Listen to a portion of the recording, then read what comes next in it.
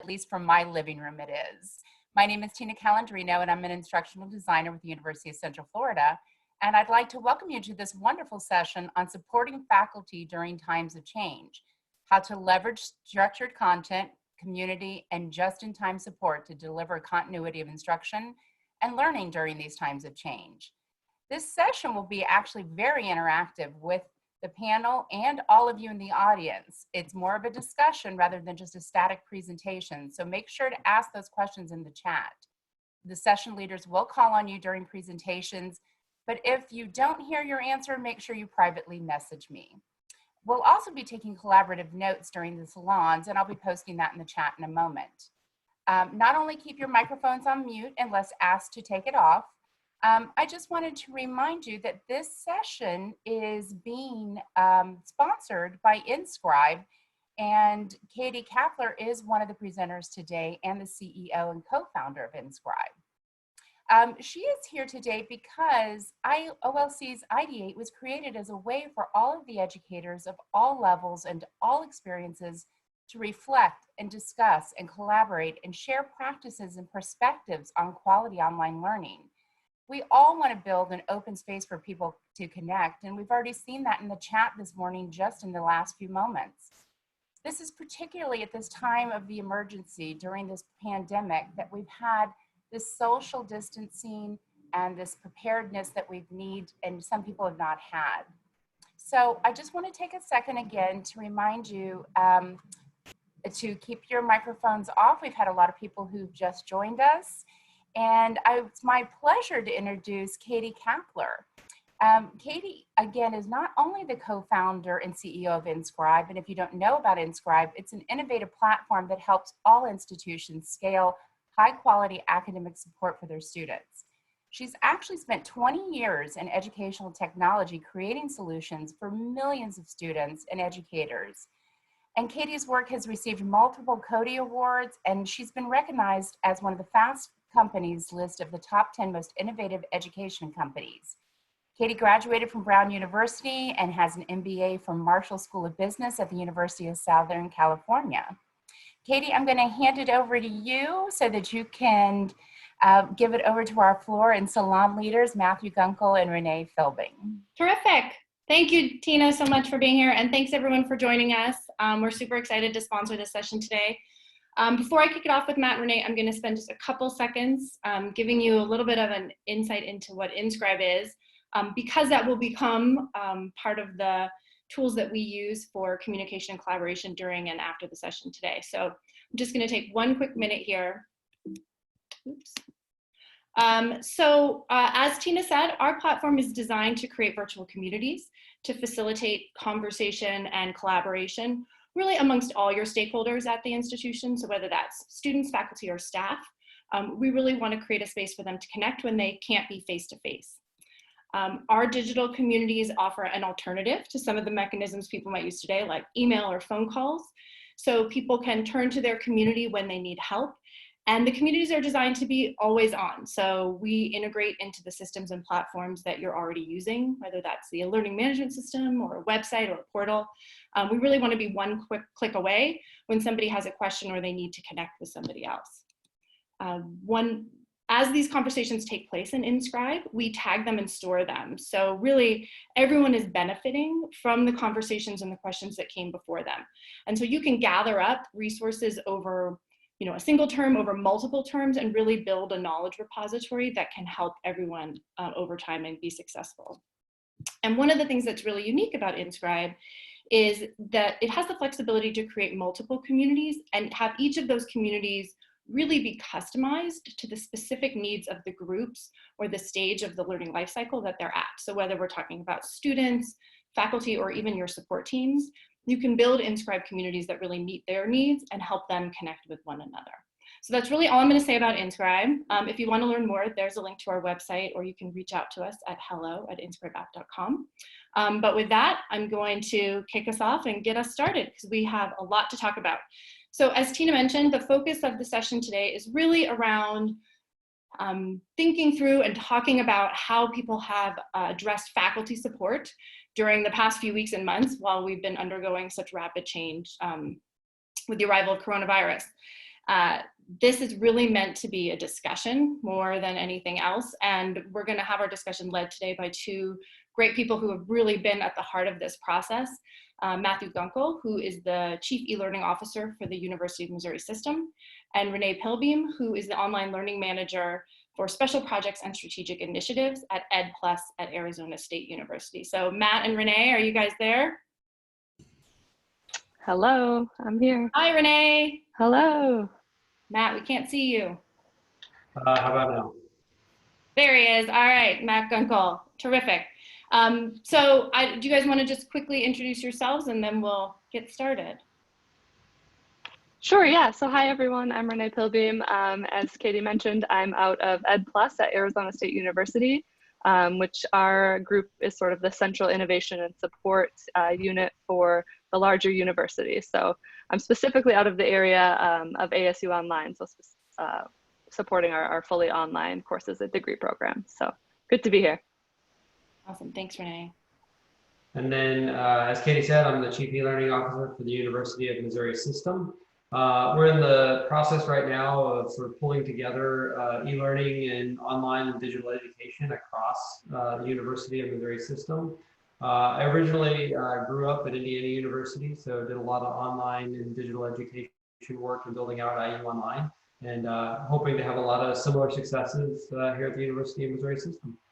Great. Thank you guys so much for being here. So I'm really just here to facilitate and ask question prompts. It's really Renee and Matt that have the background and the expertise in this subject area. So just some framework for the goals of the session today. As I mentioned, we just want to talk about some of the things people have been dealing with, specifically around the concept of faculty support. I think a lot of energy has gone into how do we get the students online, how do we support them, which is obviously critical. But that also leads to a lot of questions around the folks who are kind of your frontline workers in education and what we need to do to support them as well. So I'm going to kind of walk us through a series of prompts, but Matt and Renee will share their experiences, but we would love to hear from all of the participants as well in terms of what you're seeing and any best practices that you can share. And we also understand our list of questions is not exhaustive. So if there's something that's really top of mind for you or something you're really worrying about, please put that in the chat. My colleague Danielle, as well as Tina, will be monitoring that. So they'll interrupt us with anything that pops up there. If you do want to respond to a question, just go ahead and unmute yourself and join in. And then we will be providing a space for ongoing conversation after this event. Danielle will put a link to that community in the chat now, and then we'll resend that link later on as we gather up and deploy some of the conversation that takes place here. So without further ado, I thought we'd start by just kind of talking about, what did this transition look like for you? Because I think although it was a scramble for a lot of folks, it probably looked a little different depending on your institution. And honestly, as you started that process, what did you learn along the way in the short time, and did you have to make any adjustments to your strategy? So Renee, why don't we kick it off with you? Yeah, sure. So as I mentioned, for me, I'm out of the Ed Plus unit, so we're already supporting fully online courses and degree programs. So our sort of core service was not too much changed with all of this. We were kind of business as usual in that respect. But what we've done then is really tried to support the larger university in pulling together a lot of on-demand resources and sort of organizing things in a way that we thought made sense to support faculty who are moving to this. And of course, it was sort of at the beginning a bit of a phased approach, right, with getting people first to the remote aspect, so providing support, and a lot of that came from our university technology office, providing support to the remote aspect, so Zoom and Slack and Canvas and those kinds of things. And they did a wonderful job with building up a huge repository of resources and really connecting closely with faculty on their needs for that space. But then our group really focused on the on-demand stuff. So we've created a toolkit for design for online, which leveraged a lot of existing resources that we had from our Teach Online blog. But then the team has also been contributing other new resources as we sort of see needs emerging with this situation. And another thing we've worked on doing is creating opportunities for webinars. And these are more open forum webinars where there's sort of a overarching topic, maybe around communication or assessments, but then it's really more of an open forum for faculty to come in and just ask questions so that we can kind of support where the need is. So we've sort of tried to do, you know, a couple of prongs of an approach there, pull together some existing things that support, as well as have some open forums to kind of see what the needs are as we do that. And then we've been working closely with the University Technology Office to make sure we have really good coverage, that we're sharing resources back and forth, and really just trying to do the best we can for the faculty who are moving in this direction. So great. Yeah, so it sounds like a lot of upfront work, but then recognizing that it's an evolving process. So like, yeah, and we've got it kind of phased out. And, you know, as my director has said, like you know, as things continue to sort of get pushed out, the runway gets a bit longer, and we're really looking at, you know, how do we continue to sort of roll this out so that it's as much in the moment support as well as looking at the future, and how do we, you know, collect the right resources and get folks in the right direction for the future. So Matt, did that resonate, or did you have a very different experience? I mean, that definitely resonates. I mean, we support all of the existing online, you know, programs that are available today. You know, we also saw, or we were called upon as well to help assist in pivoting existing face-to-face programs into, you know, remote education. And we really made the decision to do that relatively quickly. So in the matter of about 3 days, the University of Missouri system had decided to go fully remote. And so we took, I would tell you, a very stepped approach in trying to service our student population. So we had about a week before spring break. So we sort of took that week before to quickly transition people, you know, and or defer activities that were going to need more instructional design work, or they were going to need more thinking or technical support. And so, you know, really, how did you get people sort of through that first week, and what did that look like? From there, we spent a lot of sort of the next week building out a lot of additional resources. So very similar to Renee, right? Just ensuring that we had all of the right resources, or we had additional quick start guides, and or we were really helping people pull in the existing technologies that we had, you know, across the institution. I will say one thing that we saw, you know, because we saw such a large offering from a number of vendors, we were trying to be very cognizant about change management and not overloading and overburdening our faculty and or our students with a lot of new tools or a lot of new services. And so one of the mantras that we had was really trying to figure out how we were going to do as much of the work as we possibly could within our existing service stack. Yeah. And so this really became more about how we were providing digital education and, you know, really stepping people into that remote concept. As we found ourselves emerging from spring break, you know, we started to really think about how we were going to start helping people really step into what we would consider online, you know, education, and really offering more enriching, engaging experiences, really working with those students and providing similar experiences to what they might have had within the classroom environment. And so that's then when we did start to look at additional ways in which we can either provide development for our faculty directly, and however they might be, you know, continuing to teach in, say, summer and fall, but then also how we might be able to take the last few weeks of the semester and further enhance their course offerings, their material, their content, etc. Just to accelerate that active learning concept as much as we could in the spring semester. That sounds great. So it sounds like in both cases sort of a phased approach, you know, not like trying to boil the ocean all at once. And we did have a great question, but before we get to that question about sort of the receptiveness of this process in the chat, but before I do that, I thought I'd see if any of the participants had something else they wanted to share about their own experiences going through this process, whether you were helping facilitate the process or you're a faculty member that, you know, went through it.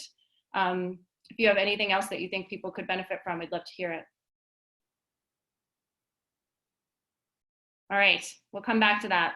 So there was a question in the chat about, you know, it was about faculty and students, but sort of in general, like how did your faculty feel about this process? And were they receptive to it? How much pushback did you get? Renee or Matt want to jump in? Yeah, so for me, we're not as closely, I guess, tied to the campus faculty. We do have a series of sort of remote resilience. So taking some silver linings and some wins from this whole thing, and we've started to produce. The university has a remote resilience newsletter that goes out almost each day to kind of highlight some of these successes. And some of those stories are really great, with faculty having really interactive Zoom sessions where they may have been skeptical of that to start with, and having some stories about students who they didn't know much about or hear much from in their face-to-face course, and really feeling a sense of connection to them online or in the remote space. So those are some of the things that I've seen come about from our area. You get to know your students better online than you do. Yeah, there were a few that said that, and it was cool to hear that. Yeah. Unintended positive consequences. Matt, what about you guys?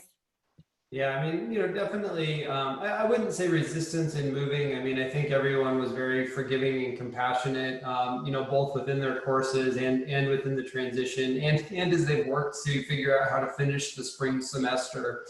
But I do think that we've had a number of faculty that have maybe been more enlightened, and so I think we've had more engaging conversations with them around thinking about online and digital education. I don't know that we've gotten any direct pushback, but I will tell you that I think some people that maybe didn't fully understand online or remote education, they have a much better understanding for it.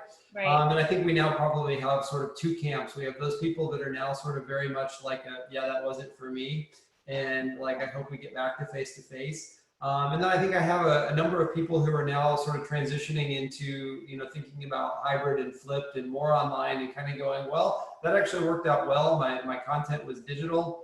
Maybe this is something that I could continue to do into the future. Yeah. That's, again, sort of an unintended silver lining maybe from everybody getting to have that experience. So that's great. So let's see what else. So this kind of lends right to that. So we kind of talked about this a little bit, but are there any specific tools and tech? So it sounds like, and I think we've heard this from a lot of institutions, if you've been attending all the webinars and things, that leveraging what I already had on hand was sort of critical to making that support process work. I loved hearing, Renee, about the webinars that you're hosting that allow faculty to give feedback about what additional needs they need. Are there other things that you're doing to kind of open up that feedback loop with the faculty that can provide for sort of ongoing evolution of this process? Yeah, so one of the pieces for us has been, as I mentioned, that Teach Online Toolkit, and that's hosted on our blog. So that's been a big piece of kind of what we've pulled together, and that covers a range of different tools and strategies to approaching designing specifically for online. And so one of the things we've added to that space has been the Inscribe community. So we've created a number of different topic areas and linked those up, and really trying to encourage anyone, learning design professionals, faculty, anyone who's interested in this, to come in and engage in conversation in that space. Both so that we can offer our support there, as well as we can continue to look at what the needs are and continue to create support resources for what the needs might be, both internal and external to ASU, supporting the higher education landscape more largely. So that's one of the spaces that we've tried to engage in to see what the needs are. Great.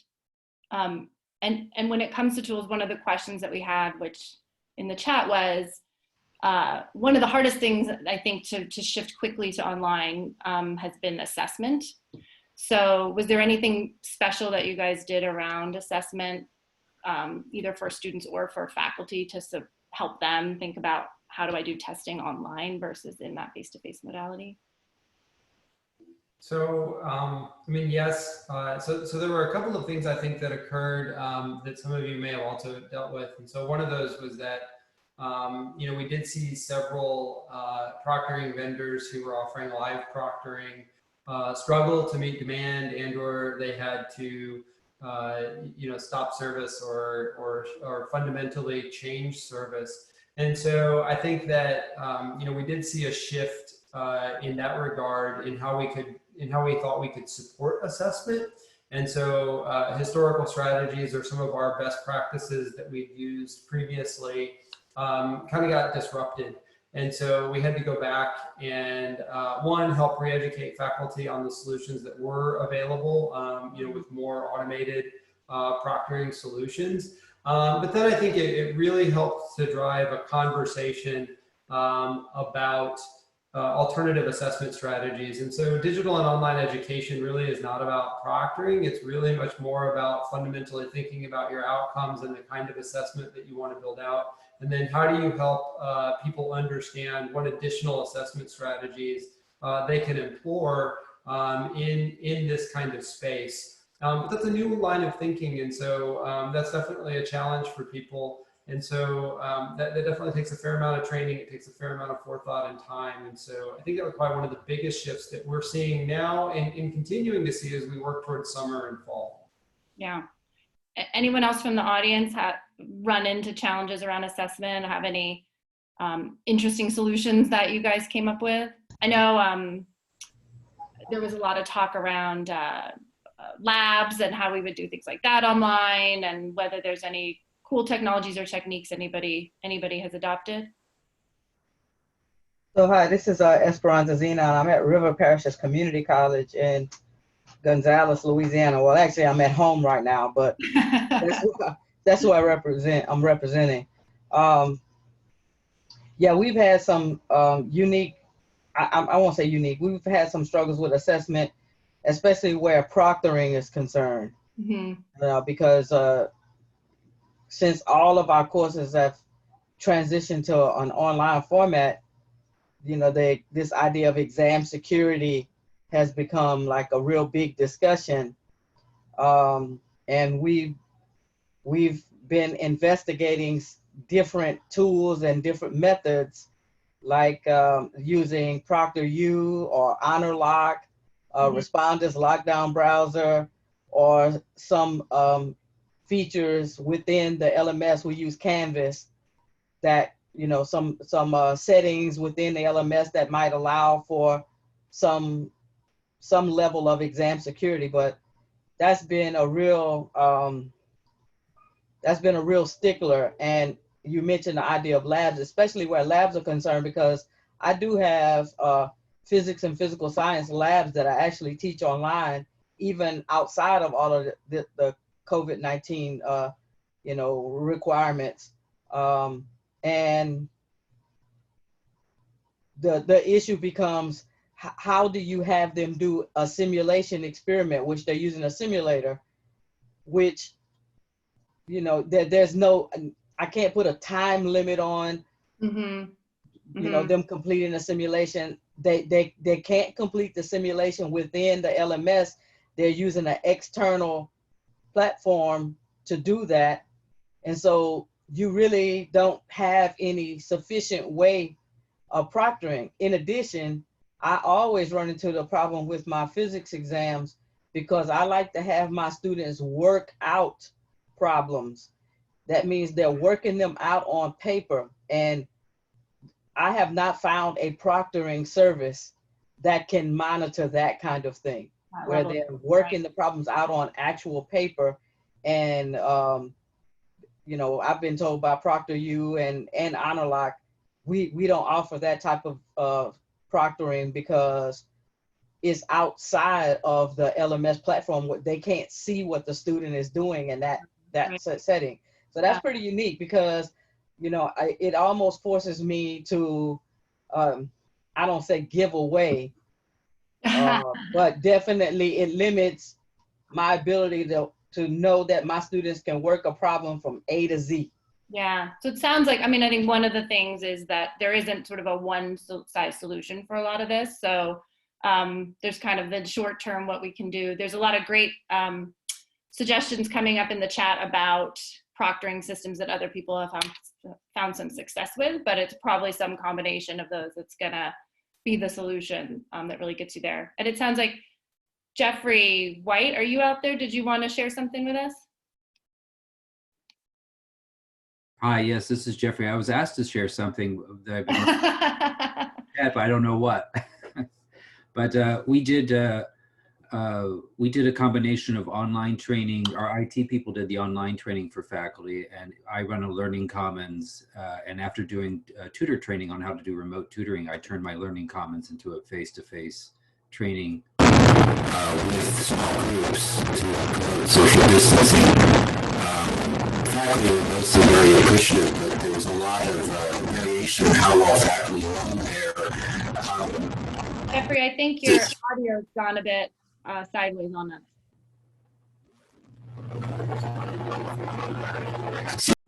I'm going to mute Jeffrey. Was I the only one that was hearing that, or was that? Oh, okay.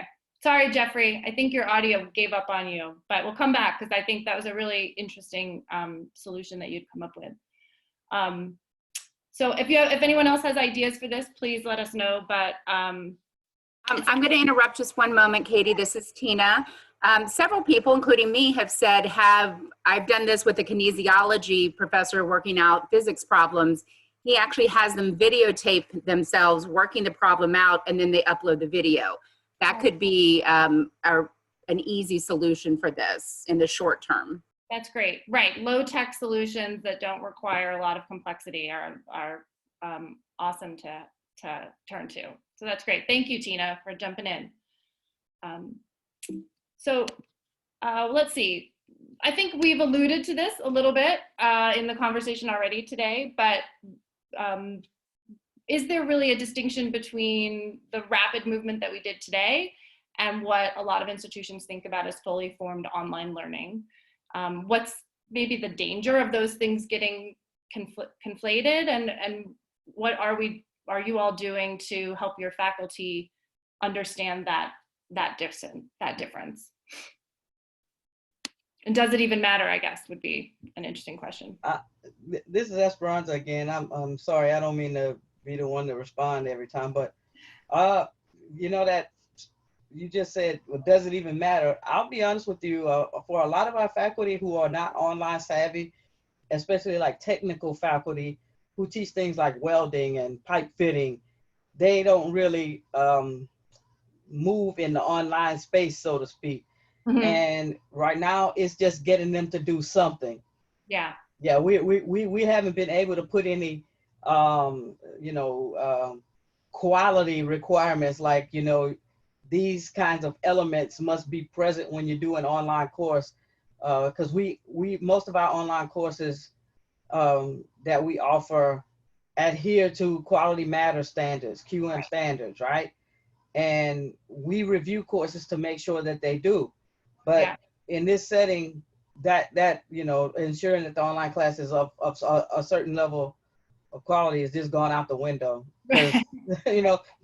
Just can you do something? Can you have a syllabus up there, a couple of assignments, some announcements as needed, and keep in contact with your students via email or something like that, and then call it a day. Let's just try to get through this. That's kind of our mode of operation right now. First mode up, yeah. So I'm curious, Renee and Matt, does that resonate with you guys, and how are you thinking about it at your institutions? Yeah, I can comment on that. So as I kind of mentioned at the beginning, we've been really trying to focus on first supporting that transition to remote, right? And kind of keeping that continuity of the courses meeting at the times they're supposed to meet and supporting all of that. And now as the ramp gets longer, we're looking more and more at that online learning. And as Matt kind of mentioned, more of those conversations around what is the outcome here and how are other ways that we can look at supporting the students to get into that outcome. So just having more and more conversations around that.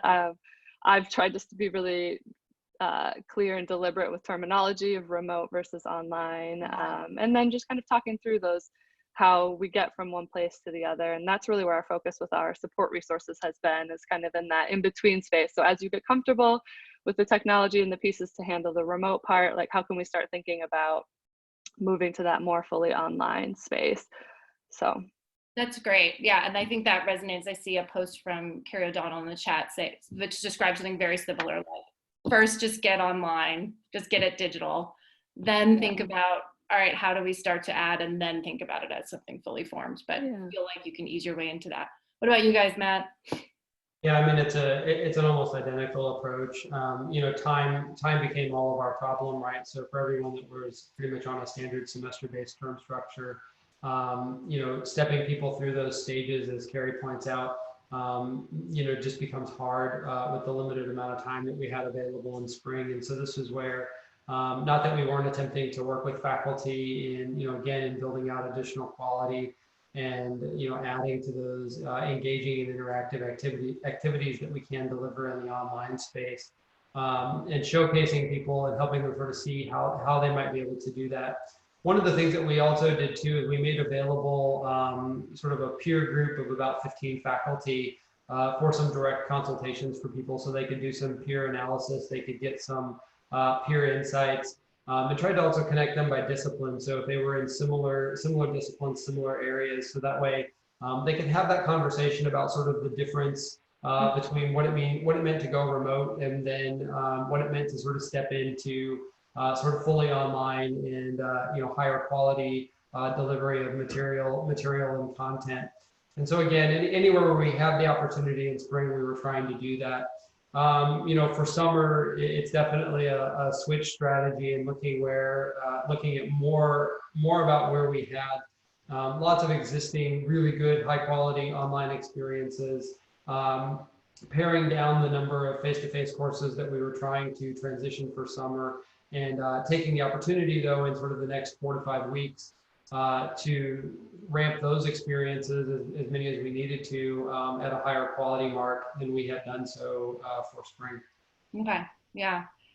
Anyone else in the audience have a similar or a different kind of thought on this? I think you know, the potential danger of calling things, if I to use that word, online, is that, you know, if everyone is really thinking about this as like a phased approach, making sure people really understand that there is an evolution to come and not sort of feeling stuck in the place where they started, can be really important.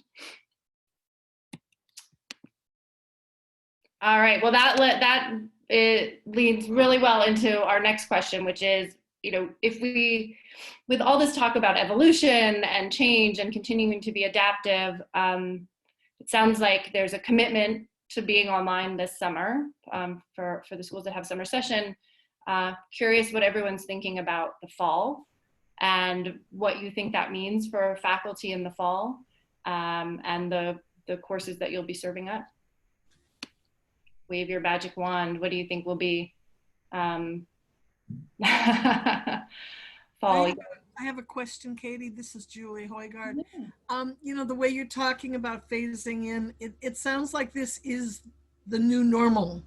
Right. And I mean, what is the vision here? That everything's going to be just online now, except maybe physical sciences or something where you have to go into a lab?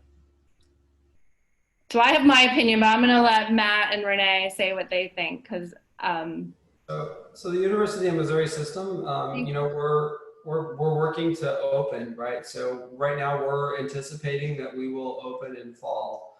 That being said, we're, you know, working, you know, with our faculty on the concept of being digitally prepared. And so as you think about the sort of different scenarios, you know, that might occur, and, you know, should we end up back where we are right now in a fully online paradigm or for a fully remote paradigm, how do we be more prepared for that scenario?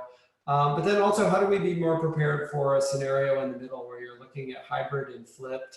And so this was where we're really trying to advocate for strong digital experiences, and that people build out all of their content and material and make it available in digital formats, and really just become more digitally prepared. And I don't know that that has to do with the delivery of instruction and thinking about remote or online, but just that all of the content and material is there, because that was probably one of the other significant things that we did, is that we had to work to quickly transition anything that wasn't already digital. And that was a significant lift. Yeah. Renee, what are you thinking? Yeah, so for us, we know we're in the remote capacity through the beginning half of summer. That's been determined so far, so through July 1st. And then I think very similar to as what Matt said, I love that term, digitally prepared.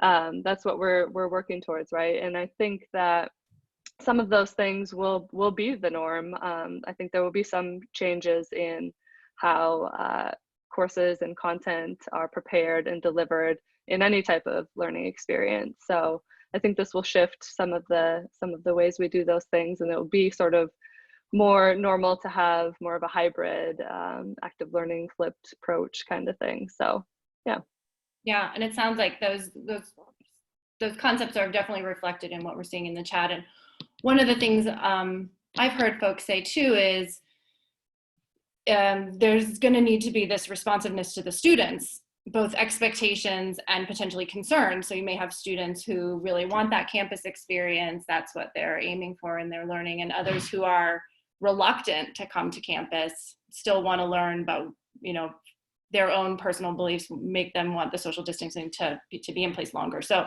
having a strategy that is flexible to accommodate multiple modalities is probably the new normal, Julia, to use your term, rather than it being all one or the other, would be my expectation.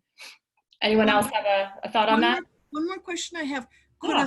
Could a person from in another country, for example, say, wow, I would love to take that intro to psych class offered at Fullerton College remotely this summer? Is that possible? They can just sign up from another country? I'm sure that depends on the institution and what their enrollment processes look like, but I think that's probably available. Matt or Renee, do you guys know if you have international students taking online courses and programs? Yeah, we do have international students in our online, our fully online programs. But yeah, I think, as you said, that would kind of be up to the institution and what the admission processes are and all of those sorts of things for them to enroll in those courses. Yeah. Thank you. Any other questions or thoughts? Sorry, go ahead, Matt. I was just gonna say we'd be similar as well. Okay. Any other thoughts on this particular topic? Great. So one thing that I wanted to touch on, especially because I know the work that you're doing, Renee, I feel like higher ed is always a very collaborative space. This session that we're doing today is a great indication of that. But I was sort of floored by the amount of outpouring of collaboration that took place when coronavirus hit, the number of people sharing resources and setting up webinars and just open to delivering best practices to others.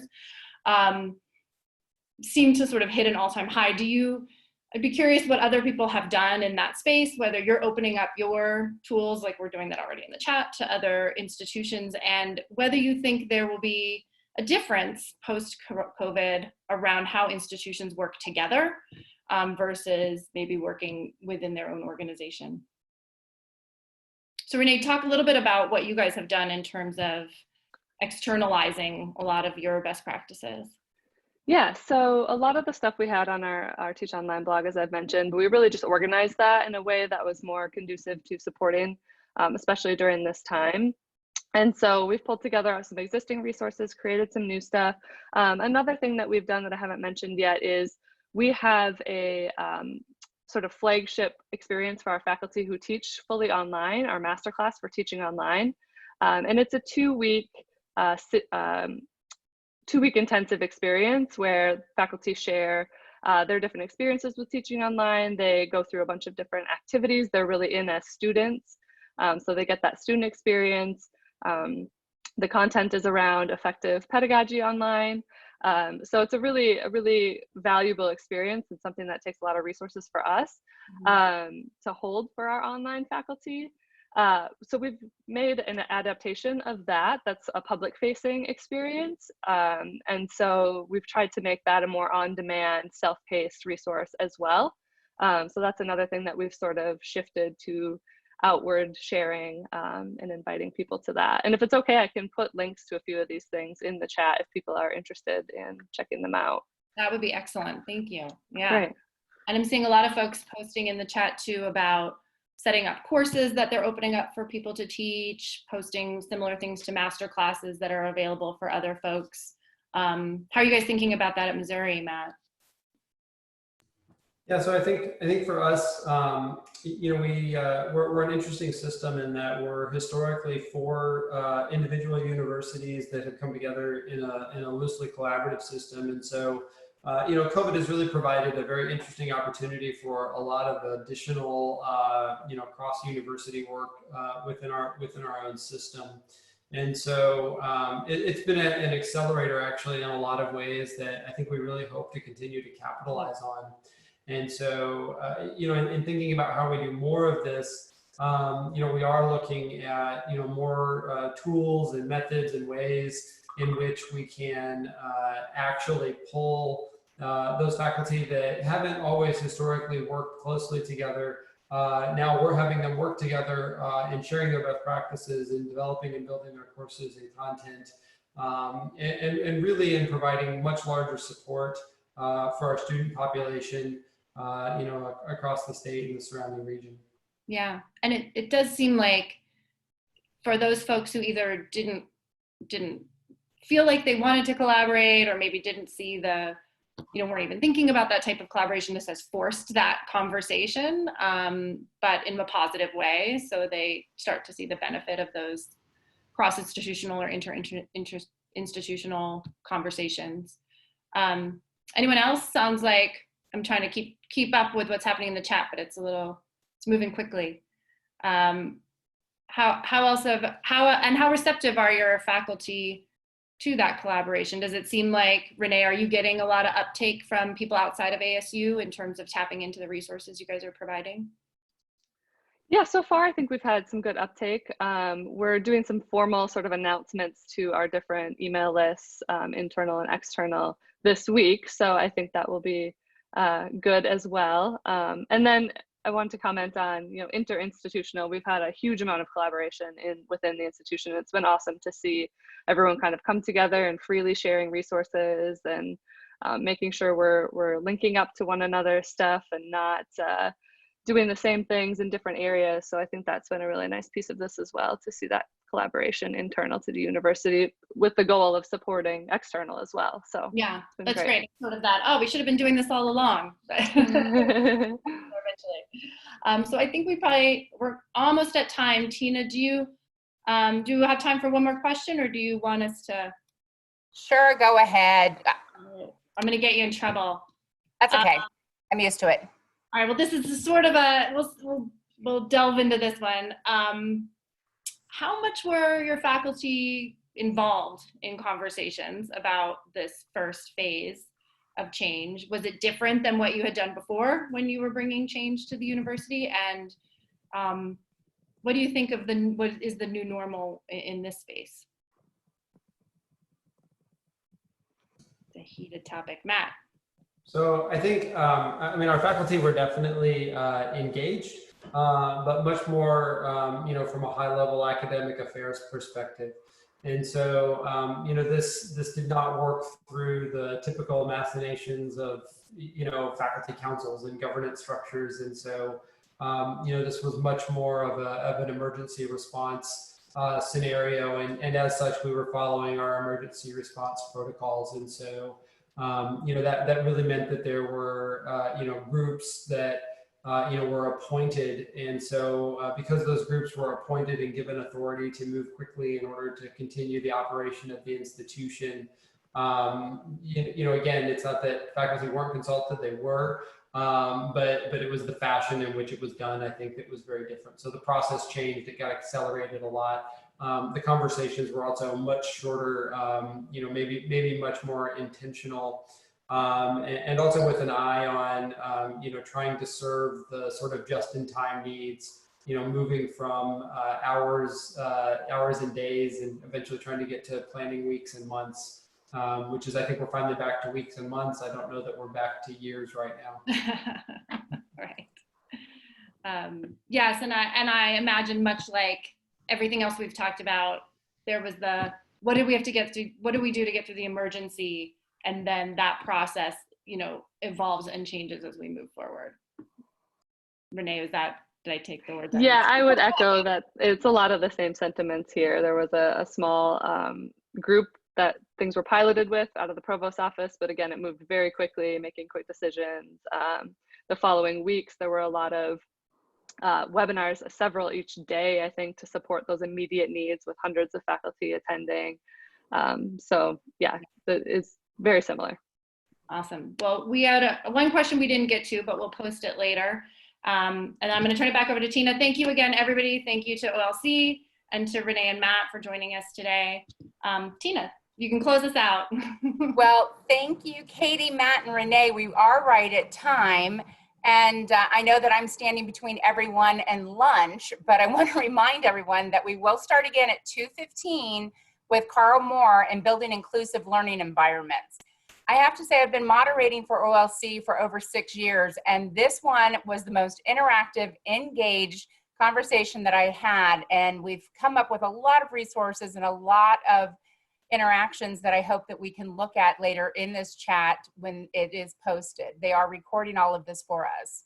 If you're looking for ways to extend that OLC Ideate experience, we invite you to consider joining us at OLC Innovate online in June. It's open for Accelerate in November, and we encourage you to that call for proposals to submit that idea, and an idea that maybe was sparked here. Maybe some of us could collaborate and put in a session. I like that idea. If you enjoyed this session and want to help keep offering free events like this one, I encourage you to donate the button found on the OLC Ideate website. And again, Katie, we thank you and Inscribe for sponsoring this today. And I want to say goodbye to everybody and thank you for joining us today. Thanks, everybody. Have a great afternoon. Bye. Thank you. Bye.